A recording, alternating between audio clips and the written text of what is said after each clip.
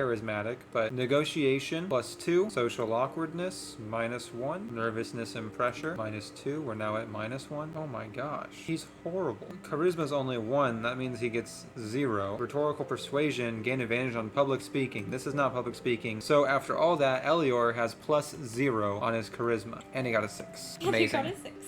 I feel like when you're walking around with names like Elior Baruch, Advocate of Justice, and Shimon, the Copper Artisan and Community Advocate, you should get like a little bit more leeway in your bartering. Okay, well those items are now gone into the void, so I hope they help us. As Shimon steps forward with confidence, he begins to lay out the items. Praise God it was Shimon, not Elior. With confidence, the item they have for trade, emphasizing their value. The merchant's eyes light up at the sight of copper coins and the weathered leather saddle, but he remains cautious. His demeanor is still marked by tension. Elior, attempting to support Shimon's efforts, speaks up, but his words lack the persuasive edge needed to convince the merchant fully. Shimon highlights the practicality of the fishing rod and net, explaining how they could catch fish and help sustain the village, while also expressing a sense of urgency regarding the Philistine threat. The merchant listens intently, his interest piqued, but he still weighs his options carefully. The merchant ultimately agrees to trade the sturdy leather sling and the well-crafted dagger for a combination of the copper coins and the carved wooden figure, the sheep, sensing the value of the mission. So you receive a sturdy leather sling and a small, well-crafted dagger, and we give 3 copper coins and the carved wooden figurine of sheep. With the trade concluded, I don't get rid of all my stuff. I want to sell everything. With the trade concluded, the merchant leans closer again, his voice barely above a whisper. If you seek Yair, he often visits the well at the edge of the village around this time, but be cautious. There's been talk of bandits lurking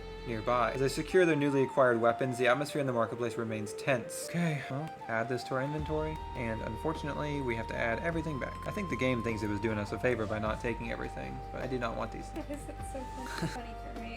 Yeah, I think we've gotten what we can get out of this guy. Now let's go raid the local children. So, what? I think we'll go to the well then, right? Sure. Alright, location generator. Just make sure that our location has all the stuff that we need. Would be good, would be good. Definitely would be. Gathering at the Well of Ephraim. Still the Marketplace Square, the Fig Tree Grove. This will give us additional information about anything. Oh snap, looks like Yair is here. Oh snap, we come across another booth. Harav's booth. A short sword, Talisman of Protection. The Hidden Warrior Cache. Well, obviously we're gonna explore around. Why would we not? On investigation, Shimon, I believe, has just 3. Maybe 4? Maybe it was just 3. Oh, he has 3. Elior has 4. Amazing. We'll roll for both of those. For Shimon, we roll a 9. That makes 12. That's pretty good. And a 7. That makes 11. That's pretty bad. Yeah. But that's alright. We got over 10, so it'll be okay. It's really hard for you to find the bright sides right now. I know, 10 is average on any roll without any additions. So it's crazy that I keep getting just 10s. Here we go. The well at Ephraim stands at the edge of a bustling village, surrounded by modest homes and a few market stalls. The air is thick with the scent of freshly baked bread and spices, yet an undercurrent of fear lingers among the villagers who keep a wary eye on the roads. I love that every single message about this town is always like, they are majorly stressed out and suspicious. Makes sense.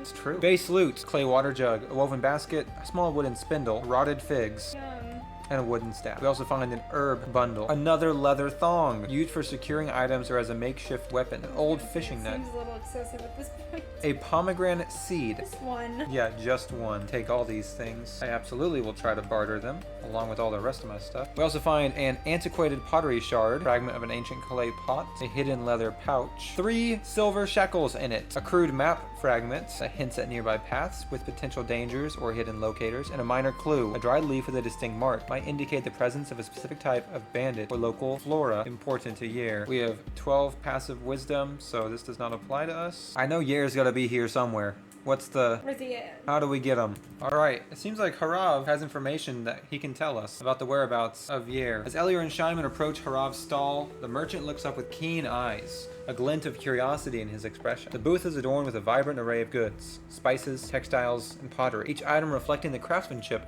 of the local artisan. Villagers pass by, their anxious glances hinting at an underlying concern in the community. Harav leans closer, lowering his voice as he wipes his hands on a cloth. Ah, Yair, you say. Man of skill indeed, though he's not in the best spirits these days. You'll find him on the outskirts of the village, near the old olive grove. But I must warn you, friends. Yeah, it's glancing around to ensure no one's listening too closely. The roads are not safe. Bandits have been more active lately. The village needs protectors, not just talkers. Prove your mettle, and I'll share more. The bandidos. Okay, looks like we're gonna have to, we're gonna, I think, have to encounter some bandits. So we'll have to do that. Name of the game. in our next episode. So we'll see you then. Thanks for joining us. We'll catch you next time. Bye-bye.